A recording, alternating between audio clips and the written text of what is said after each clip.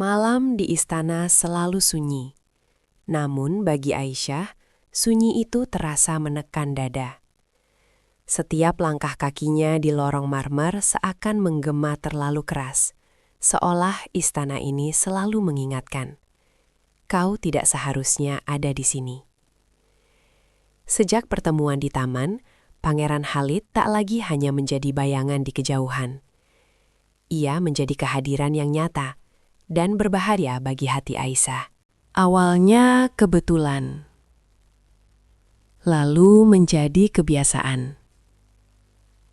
Khalid selalu muncul di taman saat senja, saat matahari tenggelam di balik kubah emas istana. Aisyah tahu ia seharusnya menghindar. Namun setiap kali ia melihat wajah pangeran itu, wajah yang terlihat kuat tapi menyimpan luka, kakinya seolah tak bisa melangkah pergi. "Aisyah," ucap Khalid suatu sore, "mengapa kau selalu menunduk?"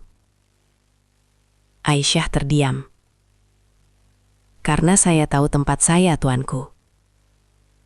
Jawaban itu membuat Khalid tersenyum pahit.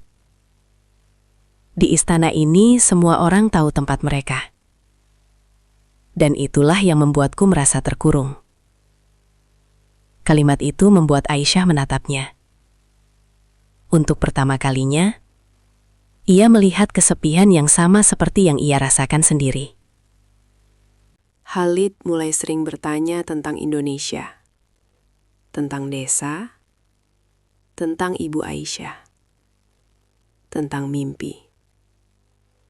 Dan Aisyah, tanpa sadar, mulai membuka dirinya. Ia bercerita tentang hujan yang berbau tanah, tentang nasi hangat dan sambal sederhana, tentang ayahnya yang sakit. Tak ada satupun wanita bangsawan yang pernah menceritakan hal-hal sesederhana itu pada Khalid. Dan itulah yang membuatnya jatuh semakin dalam. Namun setiap malam, Aisyah selalu menangis diam-diam di kamarnya. "Ya Allah, lindungi aku dari perasaan yang salah." Istana mulai berbisik. Para pelayan memperhatikan tatapan Khalid. Para dayang mulai iri. Suatu hari, Aisyah melihat Khalid berjalan bersama seorang wanita bangsawan. Cantik, anggun, berbalut emas.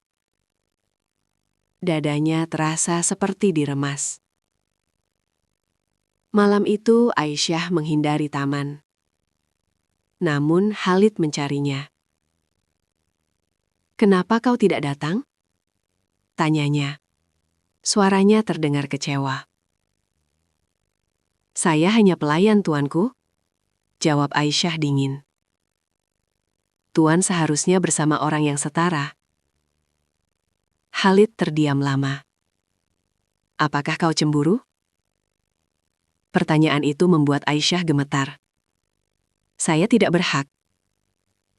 Namun air mata di matanya mengkhianatinya. Malam itu, di taman yang sunyi, Khalid berkata pelan, "Aisyah, aku mencintaimu."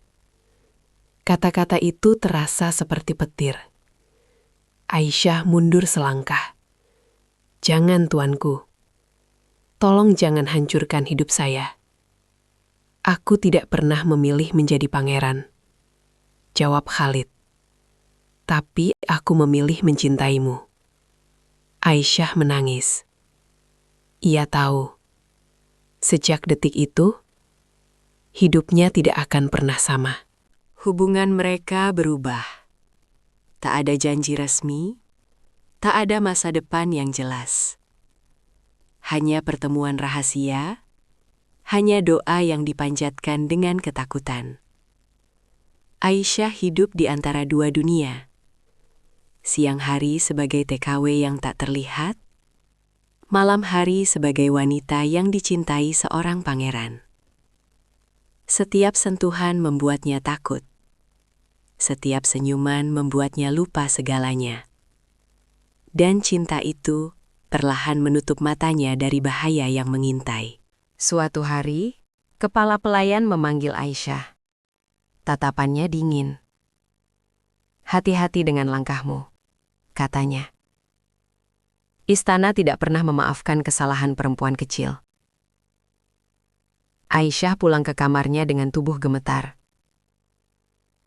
Malam itu ia muntah hebat. Tubuhnya lemas. Kepalanya pusing.